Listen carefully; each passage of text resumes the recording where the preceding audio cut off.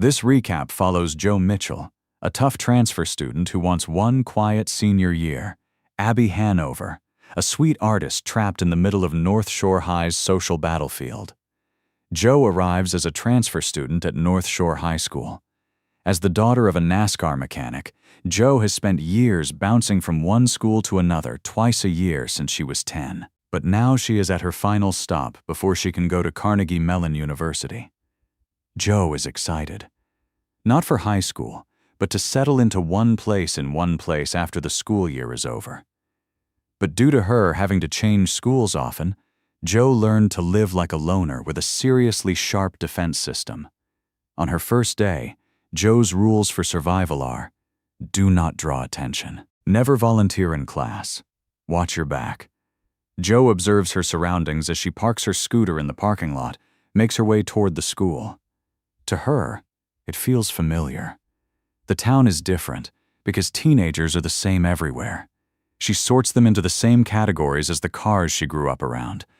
The most dangerous kind are high-performance, high-maintenance sports cars. As she thinks that thought, 3 perfectly styled girls pull into the parking lot in an expensive sports car.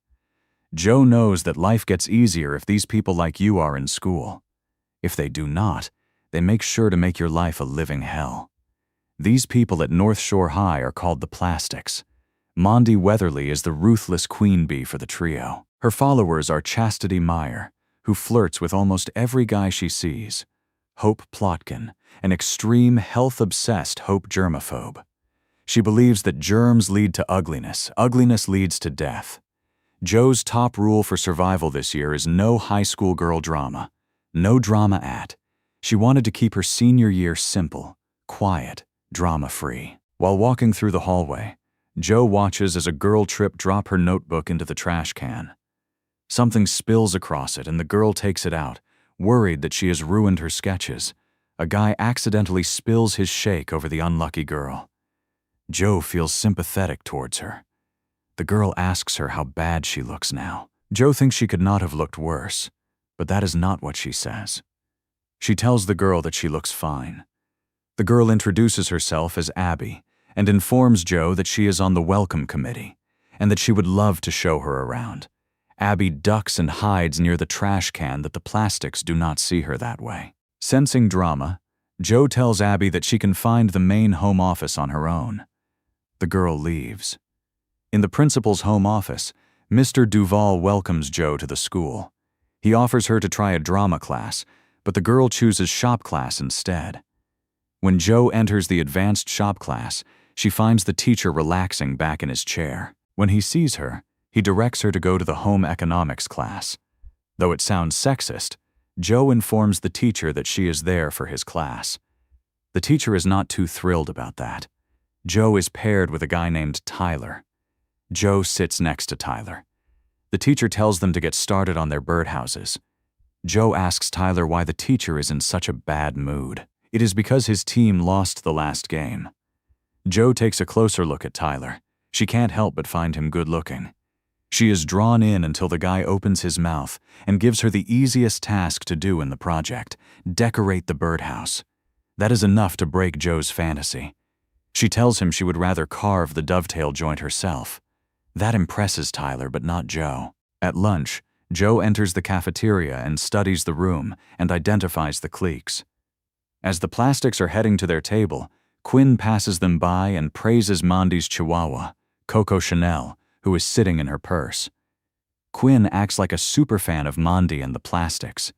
Chastity tells Mondi that it is too bad she did not get the new Prada bag with fringe. It would have matched Coco Chanel's brown fur. Mondi tells her that fringe is out. She is on the wait list for the new Prada satchel. Chastity tells her that she has been on the wait list for the fringe bag since forever now. But before she can say more, Hope cuts her off and talks sweetly to Mondi. The girl does not get upset over what Chastity was saying. Mondi chases away the freshmen sitting at a table and takes their place. On the next table, there is Tyler and Mondi's boyfriend, Nick. Chastity has had a big crush on Tyler but was never able to get him to like her back. She stares at him with obvious interest, and Hope asks her to stop drooling. Mondi does not like the idea of Chastity and Tyler together, and the girl needs to stop. Chastity, being not exactly quick to understand, has no idea what Hope is talking about. Nick burps loudly and Mondi grimaces. She thinks he is gross, but she is dating him because he's getting a scholarship to UCLA. Once he goes there, she can visit Los Angeles and live out her fantasies. Joe is walking in the cafeteria when a guy tries to touch her inappropriately. Joe twists the boy's arm and handles him without effort. Chastity finds that cool. And does Nick. He calls her the hot girl in front of Mondi, and that annoys her. Mondi takes a seat, putting her dog on the floor. She asks who the new girl is. Hope tells Mondi about Joe. She is in her bio class. There are rumors about where she is from. Maybe a foreign exchange student from Russia. Chastity sincerely wonders what they might have exchanged Joe for. Coco Chanel goes over to Abby. The girl asks the dog to leave, but he would not. She feeds him one piece of her lunch. The dog goes back to Mondi and jumps into her purse. When Mondi puts her hand into her purse, she touches the vomit. Her dog vomited there. Screaming in disgust, she stands up. She demands who fed Coco Chanel, and everybody points at Abby. Panicking, Abby rushes to Mondi and apologizes. She offers Mondi her Prada fringe bag, which her dad bought for her a month ago. Mondi is on the wait list for that bag. The girl screams and calls the bag out of season. She shoos the girl away. Abby is about to leave when Chastity puts her bag in the girl's way. Abby slips and falls. Everyone laughs while Joe watches this display from afar. Mondi warns Abby to stay away from her and storms away, dumping her bag and dog into the dumpster. Quinn saves the little dog for Mondi. When Joe gets home, Joe tells her dad about what she saw in the cafeteria.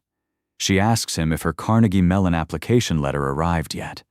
The man tells Joe to apply to schools near home. He tries to persuade her into doing that, but when Joe does not listen, she wonders why he is asking her to do. He tells her that Carnegie Mellon does not have a good mascot, plus Joe qualifies for in-state tuition here. Joe finds out that her dad used her tuition funds because of some money trouble on him. He is apologetic, but he had no choice. Joe gets teary-eyed because Carnegie Mellon was her mother's old college, and Joe had wanted to go there. The man apologizes to her for letting her down. He tells her she does not have to be strong and hugs her. But Joe does not think she is strong. She can barely hold back panic. She leaves there crying because she had gotten attached to the idea of settling somewhere after having moved her entire life. Her mother died when Joe was 1 year old. Carnegie Mellon was the one school Joe wanted to go to because of her mother. But Joe is not the one hurting. Abby hopes that her swollen, bruised ankle will be enough for Mondi to forgive her and move on. But Abby is wrong. Mondi's post on the school's social website was a cruel comment directed toward Abby. It has been this way with the two of them. Abby and Mondi have lived across from each other for years. And while Mondi seemed to have everything as much as Abby did, there was something extra that the other girl possessed. While Mondi's mother was divorced and she lived with her stepfather, Abby lived with both her parents who loved her much and went out for her. Every event was a competition in Mondi's eyes. Abby had it better. And Mondi might have found someone else to hate if Abby had not done the unforgivable. She took the best parking spot at school, officially making Mondi number 2. And Mondi can't stand being second at anything. She rebelled, and that started their war. To take Abby down, Mondi brings in Elliot. He is a tech geek and is on the school web team. Mondi gets Chastity to flirt with Elliot, who agrees to help Mondi. Later, in the cafeteria, Abby is walking to her table with her lunch when Nick crashes into her and smashes the lunch into her face. The food sticks over Abby's face and over her clothes, making everyone laugh at Abby. Joe watches, horrified as Mondi makes fun of Abby. Hope gives Abby toilet paper instead of a napkin to clean her face. The unlucky girl is laughed at by the entire student population. Mondi takes a picture of Abby's messy face and sends it to everyone. Joe is in shop class when Tyler shows her the picture of Abby covered in food. Joe deletes the picture from Tyler's phone. The guy tells her most girls would have laughed. Abby retorts, "Does she look like most girls to him?" At the end of the day, Abby finds a crowd gathered around her car. When she goes near it, she finds that her car is covered in paint splatters from a paintball gun. Abby is humiliated. Mondi and the girls stop by in Mondi's car, and Chastity throws a toilet paper roll at Abby. Everyone laughs at the unlucky girl. Joe shows up after them and offers Abby a ride home. After hesitating, Abby agrees. Joe drops Abby at her house and is drawn in by how her house is a mansion. Abby rushes inside, but her sketchbook falls off her bag. She does not notice and goes straight up to her room. Her mother sees the girl rushing up the stairs and gets worried. She follows Abby. Joe picks up Abby's sketchbook and takes a quick look. Abby has done some real talent in it. Joe takes a look around the huge property when the door opens and Abby's father comes outside. Joe gives the man Abby's book. The man worries about why Abby's car is not there. Was there an accident? Joe assures him that nothing of the sort happened, and Abby is not physically hurt. There was something happened at school. Abby's dad knows about the problem Abby faces at school. Getting awkward, Joe gets ready to leave. When the man goes inside, his wife tells him that Abby is crying uncontrollably. Something terrible happened at school. Her dad wants to make Abby feel better by buying her something, but Abby's mother thinks what Abby needs is a friend. That is when the idea hits the man. He takes Joe to his home office and offers her a deal. He wants Joe to be Abby's friend, and he is ready to pay Joe for it. He wants Abby's senior year to be perfect. At first, Joe is horrified by the idea. One can't buy friends. But Abby's dad, being the infomercial king, is persuasive. He has more money than he knows what to do with, and the man wants to help his daughter. He is good at convincing people. Much that when he makes a deal hard to refuse, like helping Joe pay for college, Joe is forced to consider the option, and refusing becomes hard. But Joe says no. The man brings in his strongest pitch. He tells her to try being Abby's friend for 30 days, with no strings attached, and he will buy her freshman year books for freshman year, because she gave it a try. Joe gives it a thought. Abby will have a good senior year, and Joe can save up for college. That does not seem like a bad deal at. The plastics are hanging out in Mondi's room. Mondi is on the exercise bike, working out when Hope shows her a video on Mondi's page. It is a video of Joe giving a ride to Abby after the plastics attacked the unlucky girl. The comments make Mondi more annoyed. The guys think Joe is super cool. Mondi decides that she needs to recruit Joe, that the other girl does not take Mondi's status. The plastics are walking through the hallway when Quinn catches up to Mondi and asks for a comment for the sports team for the school paper. Mondi dismisses the girl and goes straight to Joe. She offers to help Joe out since she is new to the school. Joe takes a look at Abby, who is standing behind her, unaware, and decides to say no to the plastics. She is not interested in their offer. That irks Mondi. No one says no to her, but Joe does not care. She passes up Mondi's offer to go and get a smoothie and catch up, wounding Mondi's oversized ego. When Joe walks away, Quinn catches up to her. She introduces herself as the school paper editor. Having observed that exchange between Joe and Mondi, Quinn tells Mondi how wild that was. Nobody rejects Mondi. When Joe tells her that she did not feel like going with Mondi, Quinn tells her that one time she wrote an article in the newspaper that Mondi did not approve of, and Mondi put strawberries in her yogurt. Quinn is seriously allergic to them. She warns Joe to be careful of the plastics. Joe thanks her for her concern, but she is not worried at. Later, Joe finds Abby and strikes up a conversation with her. She asks her about her artwork, but Abby stops her. She thinks that Principal Duval sent Joe to Abby because Abby's running the welcome committee. Abby tells her it is a stupid idea and Joe is free to go. She thanks Joe for the ride home and leaves. Principal Duval announces the homecoming dance on the school screens in the hallway. Mondi tells Nick that she has rented him the entire outfit and he's good to go. Hope and Chastity praise Mondi, telling her that she is definitely going to be the homecoming queen. After school, Joe waits for Abby outside.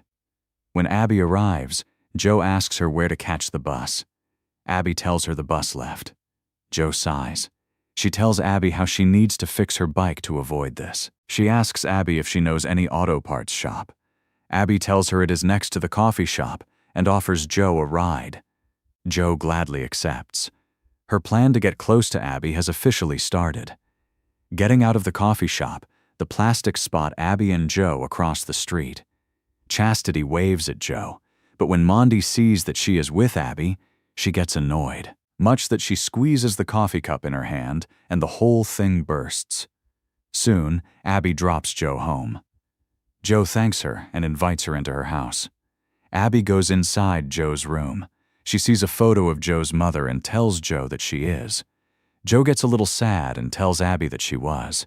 Abby spots Joe's architecture drawings on her board. Joe tells her she is not that great at art, and Abby offers to help her out. Joe likes that idea because Abby is talented. Abby tells her that Joe should see her paintings sometime, but she takes it back the next second, not sure if Joe would want to. Joe tells her that would be cool. That makes Abby smile. After Abby leaves, Joe's dad is surprised in a good way to see Joe with a friend. While the man stands in the yard, he waves over to his neighbor. The old man on the other side of the road is a paranoid neighbor. He thinks Mr. Mitchell is running an illegal car shop in his garage. He points at the cameras in his yard that he will use against the other guy if he does anything illegal. Joe's dad can do nothing but ignore the man. Behind him, the plastics sneak into Joe's garage. Mondi is looking for something to send Joe a message. She finds a tin of heavy-duty adhesive amongst Joe's dad's supplies. The next day, when Joe arrives at school, she parks her scooter. She sees as Abby parks across from her. Joe waves at Abby and tries to get off her scooter, but she can't. Joe realizes that she is stuck. The girl loses her balance and falls along with the scooter. Everyone in the parking lot laughs at Joe. Abby comes to Joe's rescue, but when she can't pull her off the scooter, Joe asks her to help her get the scooter back up. Joe rises with the scooter, not able to get off it since her jeans are stuck to the seat. She asks who would do something this childish yet genius except a bunch of mean girls. And, as if answering her question, the plastics arrive. Joe asks Abby to meet her in the bathroom and bring any spare clothes that she might have. Without waiting, Joe rides her scooter inside the school. Nick and Quinn are blown away by Joe's coolness. She rides the scooter through the hallways and straight into the girls' bathroom. She works her way out of her jeans. Abby blames herself for what happened. If Joe did not hang out with her, this would have never happened. Joe tells the girl that she can't live in fear. Abby gives Joe her paint smock to wear, and Joe manages to make it work. When Joe walks out of the bathroom, everyone is gathered outside, laughing. In the monitor above, the video of Joe falling off her scooter plays on a loop. Tyler finds Joe and praises her look. Joe gets irked because it is not funny. But Tyler was serious. Elliot takes a picture of Joe in those clothes. The next day, Principal Duval announces that there will be no unauthorized student videos by students on the school screens. When Joe arrives at school, she is thinking that everyone must have forgotten about her little fashion disaster, but that is not the case. Everyone in the hallways can be seen wearing some version of paint-splashed clothing. Abby finds it cool. Joe tells her it was Abby who made it happen since it was her smock. Chastity finds the new style cute but not Mandy. She is irked. She asks Chastity to kiss the student intern in the main home office and get Joe's file. Hope is asked to follow Joe. Mandy needs to know everything about Joe. Later that day, Abby shows Joe her paintings. The two of them bond over working together. Abby is happy to help Joe. Joe can't help but praise Abby's work. It is incredible. Abby is happy to have a friend. They talk about their dreams, and Abby tells Joe how she wants to get into art school, but her dad wants her to take pre-med track. While Joe is breaking her rules with Abby, she decides to enjoy a few other things like her big crush on Tyler. In the shop class, the teacher assigns the partners a new egg drop challenge, where they have to design parachute-style device that can protect an egg from breaking during a drop. The teacher addresses Joe and tells her if she wants to opt out and bring deviled eggs to the class, she can. Joe can't deal with his sexism. She tells him his offer is interesting, but whoever is the top student in the class gets a chance to submit for the Thompson Bird Architecture Scholarship, and she is interested. The teacher explains the eligibility for the scholarship, which includes high scores in almost everything and a glowing recommendation from him. When the bell rings, Tyler falls into step with Joe. His guess is that they are going to have to win that competition. Much, Joe agrees. Tyler suggests that they should get in some extra practice time and see a movie. Joe agrees with that idea. Unbeknownst to either, Hope is watching them. When she finds out, she sends a text to let Mondi know. Joe meets up with Abby and tells her that Tyler asked her on a date. Abby thinks it is a big mistake because Joe does not know who Tyler is. But before Abby can tell her, Joe brushes off her concern. Mondi is in the middle of kissing her boyfriend, Nick, when she gets Hope's text. Mondi stops everything and gets mad at the idea of Joe and Tyler together. She pushes Nick away and demands his keys. The boy gives her the keys and Mondi gets to work. Joe's dad sees Joe going out with a guy. Joe tells him she will be back by 10. She praises Tyler's car when she sees it. Tyler tells her that it is Nick's car. The guy insisted Tyler take it for his date with Joe. Joe is impressed and she wants to drive. The two drive away and have a fun day together at the amusement park. They eat caramel popcorn and win a purple teddy bear.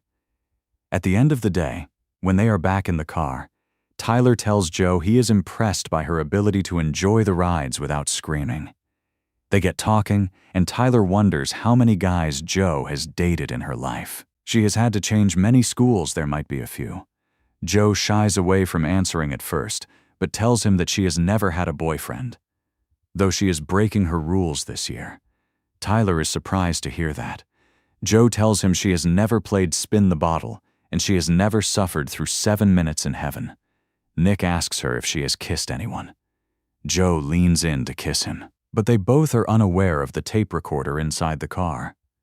The next day at school, Joe assures Abby that her date went perfectly, and Abby was worried about nothing. A slideshow starts on the school screens in the hallways. It is a display of Joe's pictures with Tyler, while in the background, the speaker announces how Joe had her first date the night before. The taping of her conversation with Tyler plays on the speakers. Mondi steps into the hall with Tyler and a deceptive smile on her face. Everyone listens to Joe confess to being inexperienced in dating matters. The students start laughing and making fun of Joe. She looks at Tyler from across the hall and is hurt and disappointed. Joe runs to the bathroom and locks herself inside a stall as she cries. Abby tries to console her. Joe thanks Abby and apologizes for not listening to her earlier. But Abby being kind makes Joe feel worse about her lie.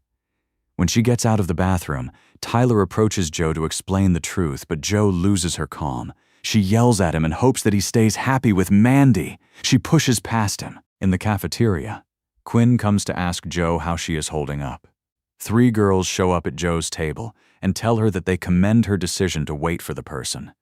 3 of them fell for the same senior the year before, and the guy dumped them the second they put out. They let Joe know that they think she is awesome.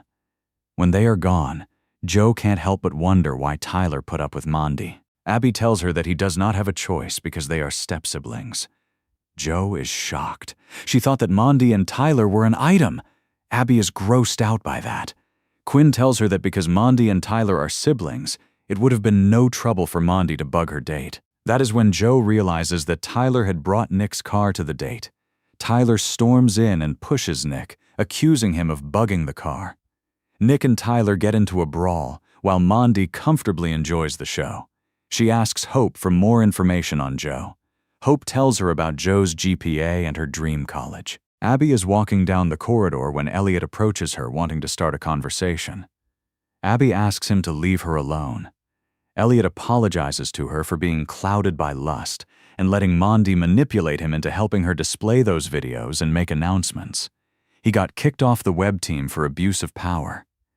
Abby thinks what he did was wrong, but at least his shirt is funny. In shop class, Joe forgives Tyler. She confesses to having thought about Tyler and Mondi in a little incestuous manner, but in her defense, she did not know they were siblings. Tyler is grossed out by that as well. Despite Quinn and Abby's urging, Joe refused to stoop down to Mondi's level. Joe made new friends that she did not care about Mondi anymore. In the lunch line, Mondi notices Abby with her new friends and asks who those girls are. Chastity tells Mondi that Joe and Tyler are the new hot couple on the homecoming website. They have dethroned Nick and Mondi. That, Mondi can't tolerate. The girl piles her lunch tray with food in anger. It is time for Joe's shop class tests. She and Tyler create the egg drop parachute and the whole class gathers to see it. The teacher asks to put a boiled egg in the structure. No one gets hurt or smelly. Tyler climbs on the ladder and drops the parachute while Joe sits directly underneath, measuring the distance. Tyler drops the structure and it falls, breaking halfway. The egg falls on Joe's head and breaks. It is definitely not a boiled egg. Someone replaced it, and Joe knows that Mondi was the one to do it. Mondi was on a mission to destroy Joe's chance at the Thompson Bird Scholarship. The next experiment did not go any better. Hope exchanged the CO2 gas for Joe and Tyler's experiment with laughing gas. The experiment was an epic failure. Their last attempt at destroying Joe's life is to sneak into Joe's dad's garage. The three of them dress in camouflage clothes, except Chastity, who is in pink camouflage clothing, sneakily enters the garage. Mandy goes too far by filling Joe's dad's race car with coffee and Skinny and Sweet, the specific sweetener that Mondi and the Plastics usually use. When Joe gets home, she finds her dad in the garage with his head dropped in his hands. He tells her that something went wrong and the car's motor is gummed up. He can't make the motor work in time for his deadline the next day. He is expected to give a test run tomorrow. Joe wants to help him. Maybe they can figure something out? But there's not enough time, her dad tells her disappointedly. Seeing her dad distraught hurts Joe, and her eye catches the discarded sweetener packets on the floor, and she knows exactly who to blame. Joe decides that she is now ready for revenge. She is going to take the Plastics down, and she does not care what rules she needs to break for it, but Mondi was going to pay.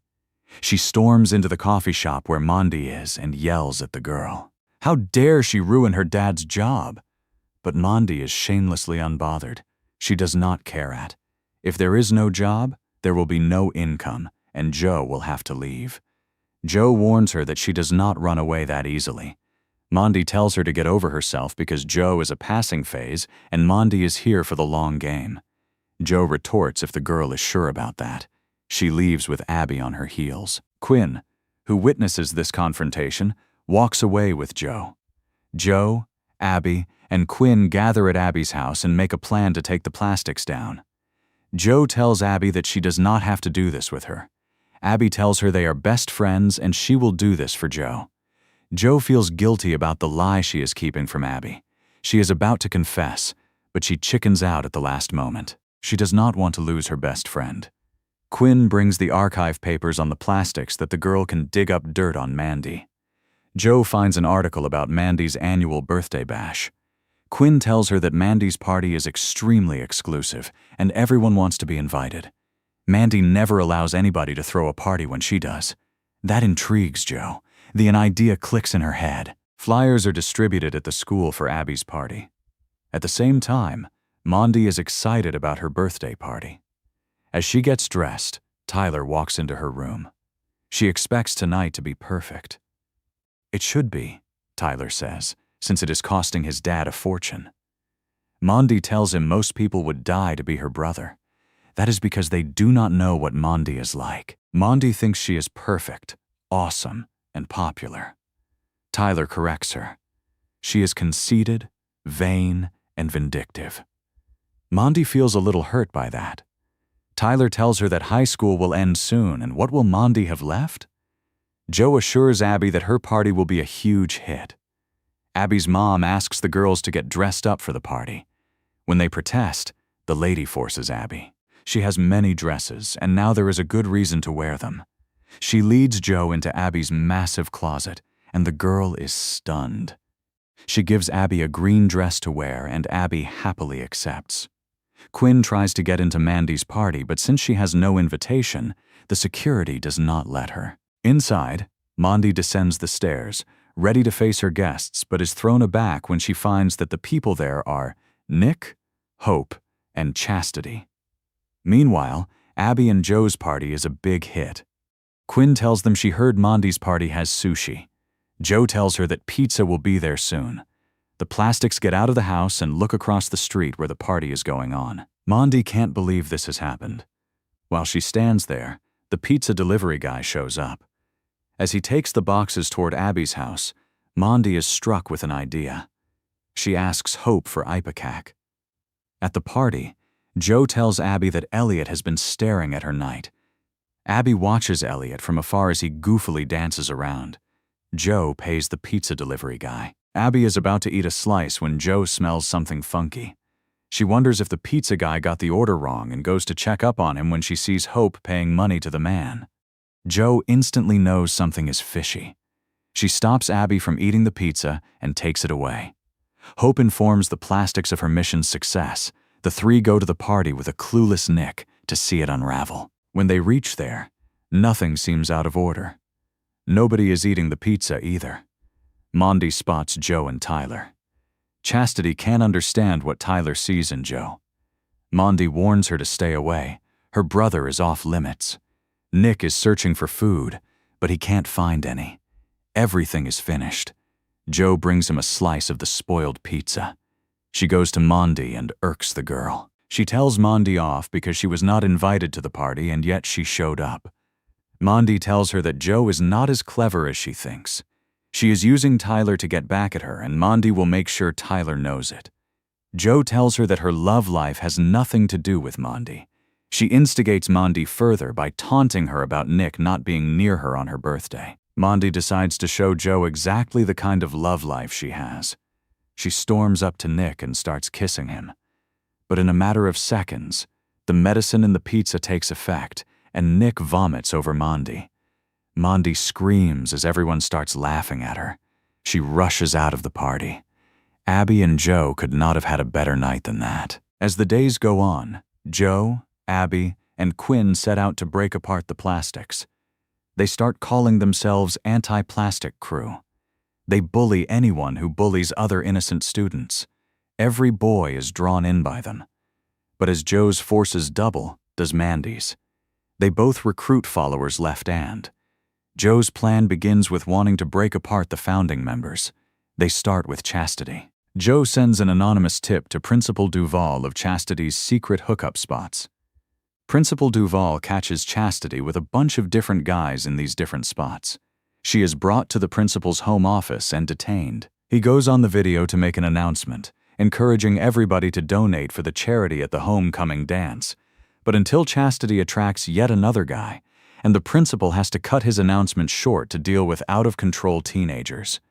Chastity storms into the coffee shop where Mondi is sipping coffee and yells at her for betraying her. Mondi was the one who knew about Chastity's hookup spots.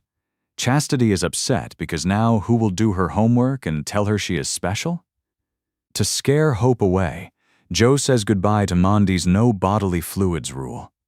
As Hope, the health-obsessed Hope, walks down the corridor, everyone starts sneezing on her. Scared she would contract E. coli, Hope books an emergency healing massage and seaweed facial. But little does she know her seaweed mask is especially being created by the Anti-Plastic Crew. Due to an unfortunate mix-up at the spa, Hope ends up resembling the Green Witch. Her face turns green, and it does not wash off after an entire weekend. She rides to school on her bicycle and gets angry at Mondi for not picking her up. Mondi tells her she was not going to give a ride to an green ogre. Her comment hurts Hope. Abby and Joe are standing on the side witnessing this exchange. Joe is laughing as Abby asks why the color on Hope's face has not washed away. Joe tells her that she added some long-lasting henna ink. Abby thinks that was a bit much, but Joe tells her that Hope deserved it.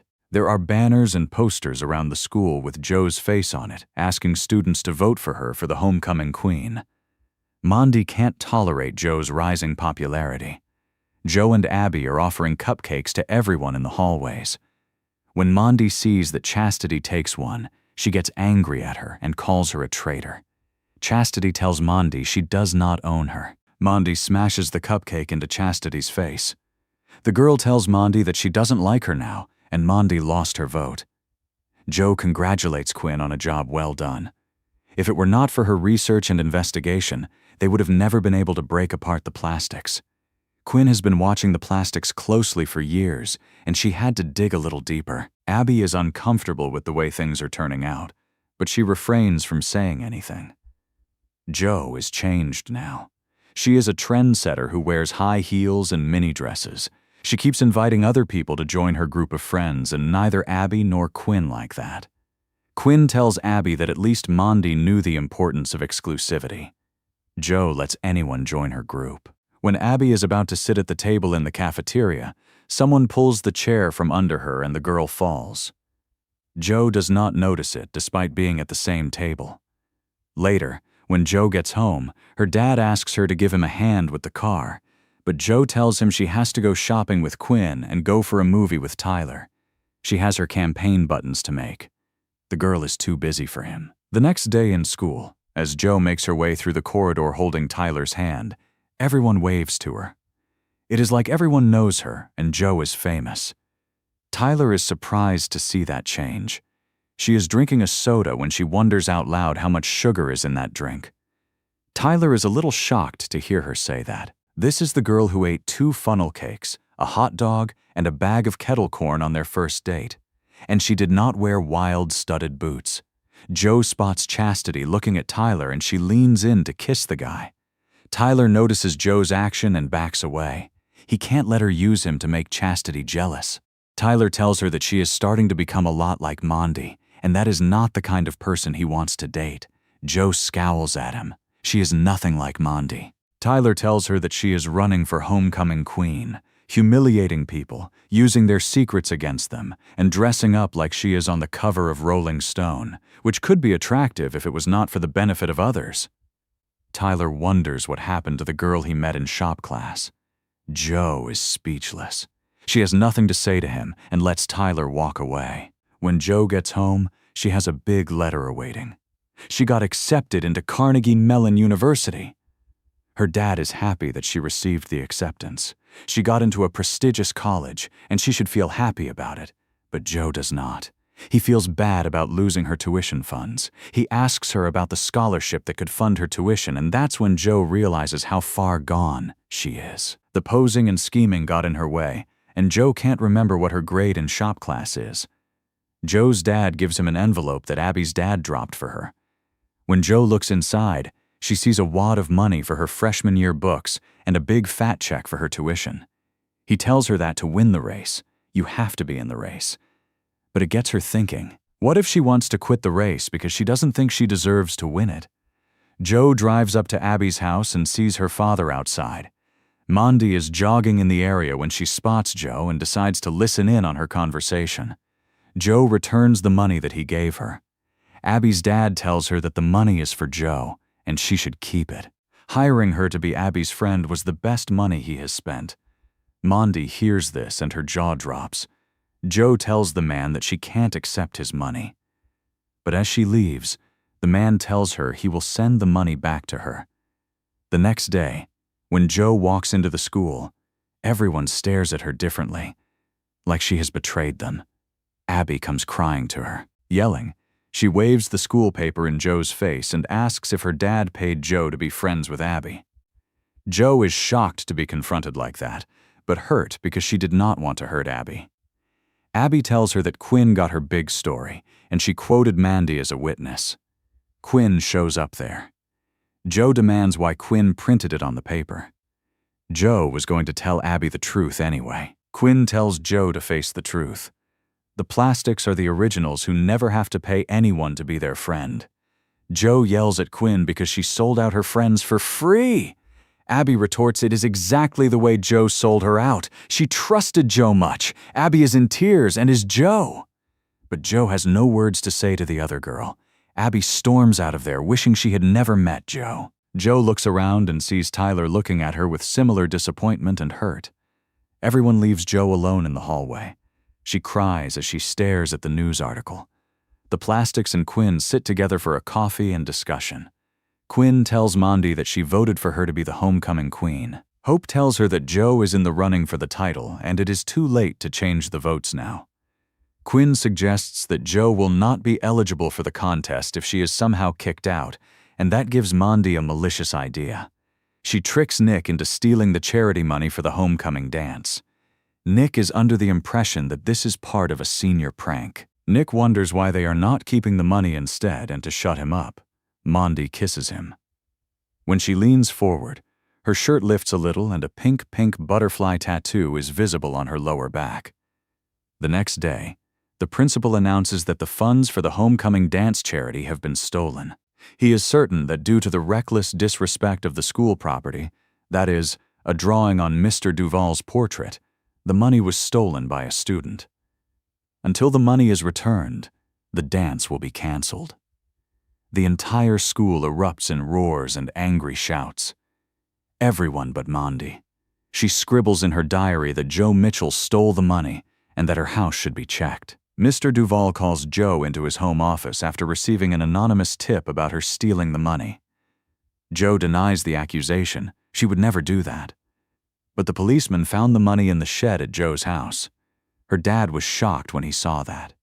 Joe insists that she did not steal it and that she is being framed.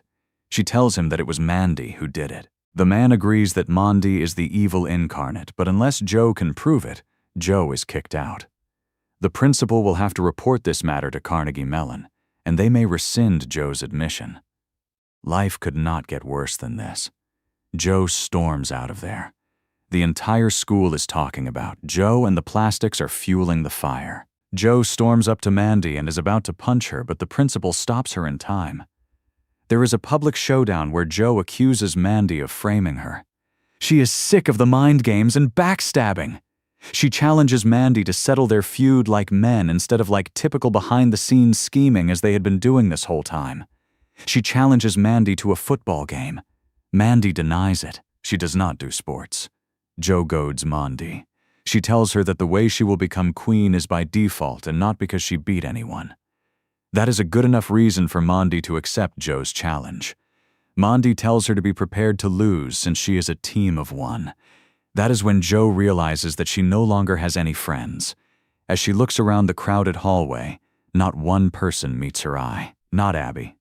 Everyone is dismissed. As Abby is leaving, Tyler asks her if she believes Joe stole the money. But Abby can't say. She doesn't know anything about Joe anymore.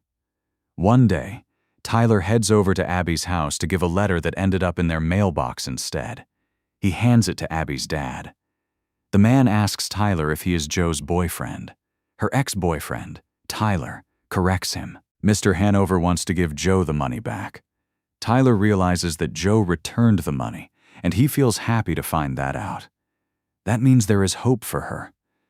Mr. Hanover was expecting Joe to return the money anyway, because how could anyone not fall in love with his daughter? But a deal is a deal, and Joe should have that money. Mondi babbles the rules of what to wear and what not to wear to the girls as they climb the stairs to school. But Quinn is not listening to her. She is distracted. When the plastics leave, Quinn finds Abby walking up, and she goes to her. She tries to talk to Abby, but the girl will not have it. Joe might have lied to her, but she taught Abby to stand up for herself, and Quinn betrayed her as well. She asks Quinn to go away. Quinn tells her that Abby can hate her, she wants, but she does not think that Joe stole that money. Mondi did. Abby wonders how Quinn knows that. The girl tells her it is because she might have given Mondi the idea for it.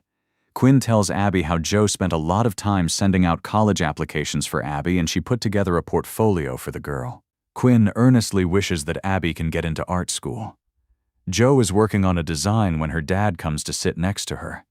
He tells her that Mr. Hanover called him and he is sending over new parts for the engine. Joe is happy that her dad can get his work done in time now. He asks her if she has heard from Abby, but Joe has tried everything. Abby does not want anything to do with her. She probably hates Joe. Joe is not sure why her dad does not hate her too.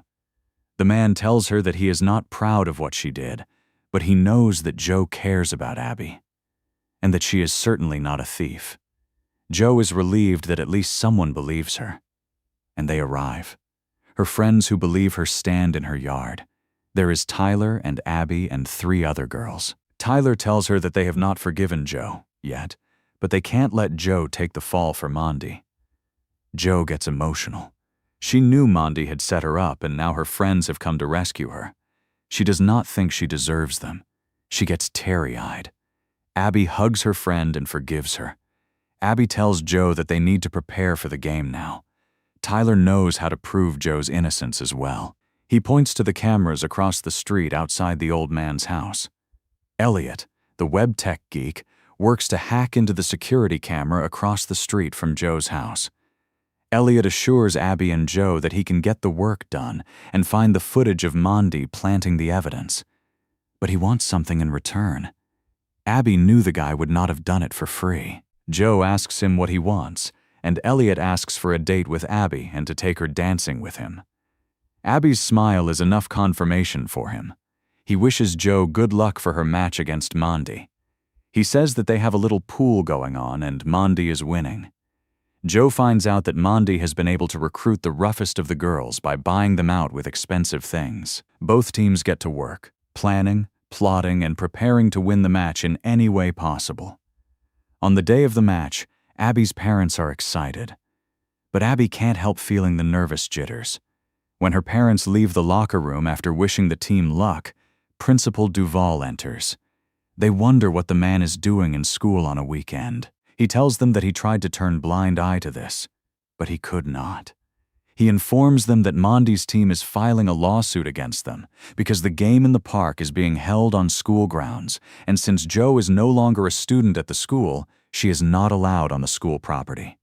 Joe is taken by shock, but Abby is prepared. She knew Mondi would be counting on something like this at the end of the day.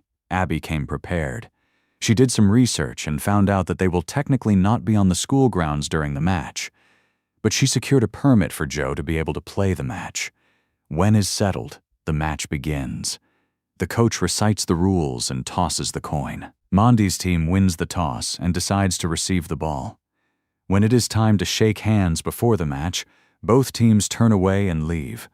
The coach blows the whistle, and the game begins.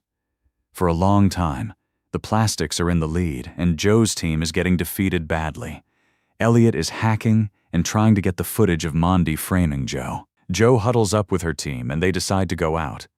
Joe peps them and tells them to think about every bad thing the Plastics have done to them and use it against them. After that, Joe's team levels up with the Plastics, and they get to a tie. The Plastics huddle up, and Mondi tells them to play dirty. That changes the score again, and the Plastics are beating Joe's team up by using their weaknesses against them. As the girls think they can't win the game, Elliot tells them that he has successfully hacked into the system.